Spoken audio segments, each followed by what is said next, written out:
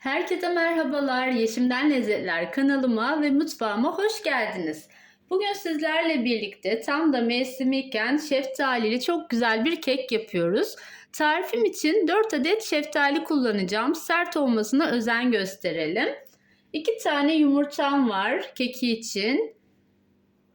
1 çay bardağı şekerim, 1 çay bardağı sütümüz ve 1 çay bardağı da sıvı yağımız var.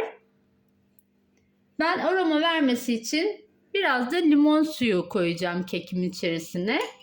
1 adet kabartma tozu, 1 adet de vanilya kullanıyorum. Ayrıca bir karamel hazırlayacağız. Bu karamel için de 2 yemek kaşığı kadar tereyağı ve 1 su bardağından 1 parmak eksik olacak şekilde de şekerim var. Hemen keki yapmakla işe başlıyorum. Hepinize iyi seyirler dilerim. Kekimiz için oda sıcaklığında beklemiş olan 2 tane yumurtamı derince bir kasenin içerisine alıyorum. Sonrasında 1 çay bardağı şekeri ilave ederek böyle krema kıvamına gelinceye kadar çırpıyorum.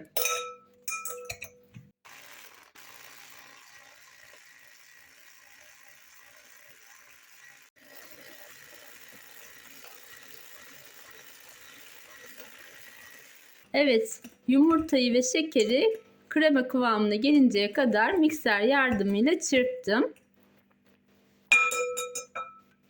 Şimdi diğer sıvı malzemeleri ekleyerek kekimizi hazırlamaya devam ediyoruz. 1 çay bardağı sütümü ilave ediyorum. 1 çay bardağı sıvı yağımı da ekliyorum. Bu aşamada mikser kullanmıyorum artık. Bir çırpıcıyla devam ediyorum. Yine güzelce bir karıştırıyorum. Şimdi eleğimin içerisine 1 su bardağı unumu ekleyeceğim.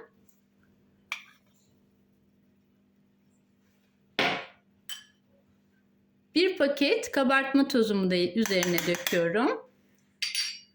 1 paket de vanilyam var.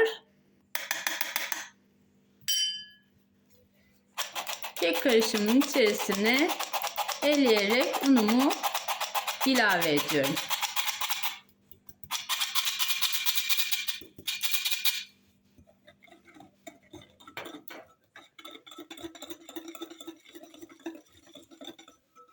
Kek karışımlarında unu kontrollü olarak eklemekte fayda var. Ben önce 1 bardak un ekledim. Şimdi yarım bardak daha un ilavesi yapıyorum.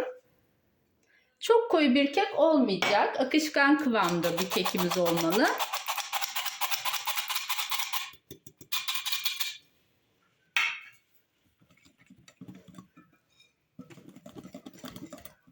Toplamda 1,5 su bardağı un kullandım. Yine güzelce çırpıyorum. Şimdi ben biraz limon suyu ekledim aroma vermesi için. Keke güzel bir lezzet veriyor. Sizler sevmiyorsanız eklemeyebilirsiniz ama bence çok yakışıyor. Mutlaka bu şekilde de denemenizi tavsiye ediyorum. Evet, kek hamurum hazır. Gördüğünüz gibi böyle akışkan bir kıvamda kek hamurumuz oldu. Sıra geldi şeftalilerimizi hazırlamaya. Sert kıvamda şeftaliler seçelim. Böyle ortadan ikiye keserek içerisindeki çekirdeği çıkartıp çok ince olmayacak şekilde şöyle ay şeklinde şeftalilerimizi doğruyoruz. Çok ince keserseniz eğer kek içerisinde eriyebilir. Şöyle bu kalınlıkta olması ideal. Evet, karamel sosumuz için yanmaz bir tavamızın altını açıyoruz. Çok harlı ateş olmasın. Orta ateşte 2 yemek kaşığı tereyağımı tavamın içerisine alıyorum ve erimesini sağlıyorum. Evet, tereyağı eridi. Şimdi 1 su bardağından 1 parmak eksik olacak şekilde şekerimi tereyağın üzerine aktarıyorum. Ve karamelize olana kadar pişiriyorum. Başından ayrılmayalım. Çok kısa sürede hemen karamelize olabiliyor. Şekerim eriyor ve yavaş yavaş da karamel rengini almaya başladı. Böyle ara ara karıştırıyorum. Ve şeker eriyip karamelize olana kadar da orta ateşte, dediğim gibi sakın ateşin altını fazla yükseltmeyin yoksa çabuk yanacaktır. Böyle karıştırarak tüm şeker eriyinceye kadar bekliyorum. Karamel sosum oldu. Başından ayrılmadan sürekli karıştırarak böyle ara ara yakmadan karamel sosumu hazırladım.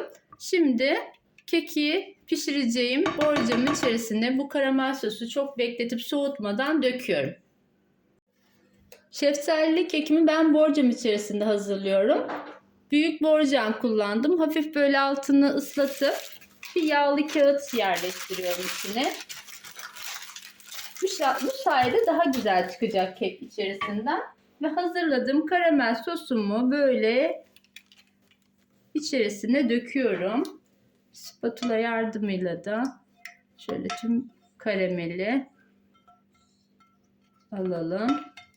Söylediğim gibi karamel sosu çok bekletmeyelim ki böyle bekletirsek eğer katılaşacaktır. Bu da istediğimiz bir şey değil. Ben muzlu kek yaptığımda bana Instagram'dan çok söylemişlerdi. İşte karamelim sert oldu, ne yapmalıyım diye. Yani karameli bekletmeden hemen aktarmak gerekiyor. Yoksa bekletirsek hemen soğuyacaktır. Şimdi kestiğim şeftalileri de karamel sosun üzerine yerleştiriyorum. Böyle diziyorum. Bu arada ben toplamda sadece 3 adet şeftaliyi doğradım. 3 tane şeftali bu tarif için yeterli geldi. Görünümü ve lezzetiyle çok şık, çok güzel bir kek oluyor. Ben mevsiminde sürekli bu keki yapıyorum. Çocuklarım da bizler de severek tüketiyoruz. Denemediyseniz eğer mutlaka denemenizi tavsiye ediyorum.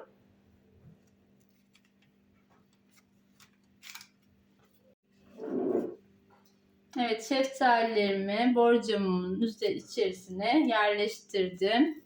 Şimdi gördüğünüz üzere karamel çok çabuk donuyor. Şöyle son olarak şunu da şu ortasına koyayım.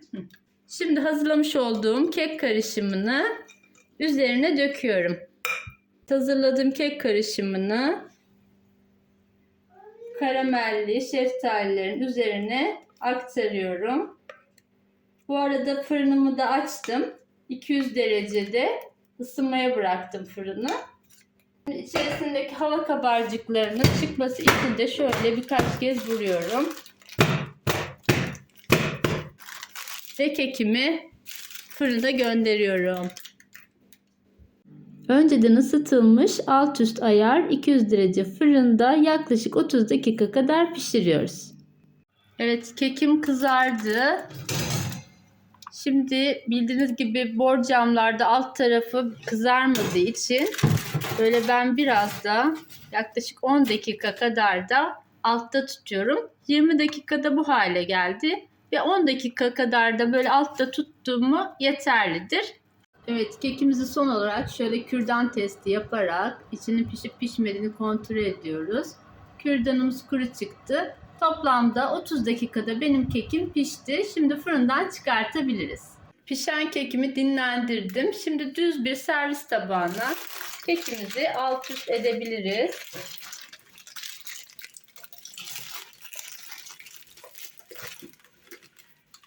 Evet, üzerindeki yağlı kağıdı da çıkartıyorum.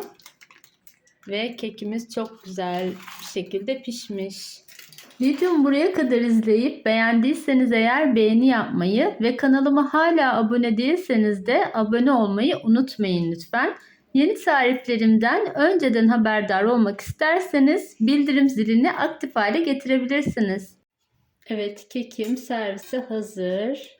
Şöyle kestiğim bir dilimi size yakından da göstermek istiyorum.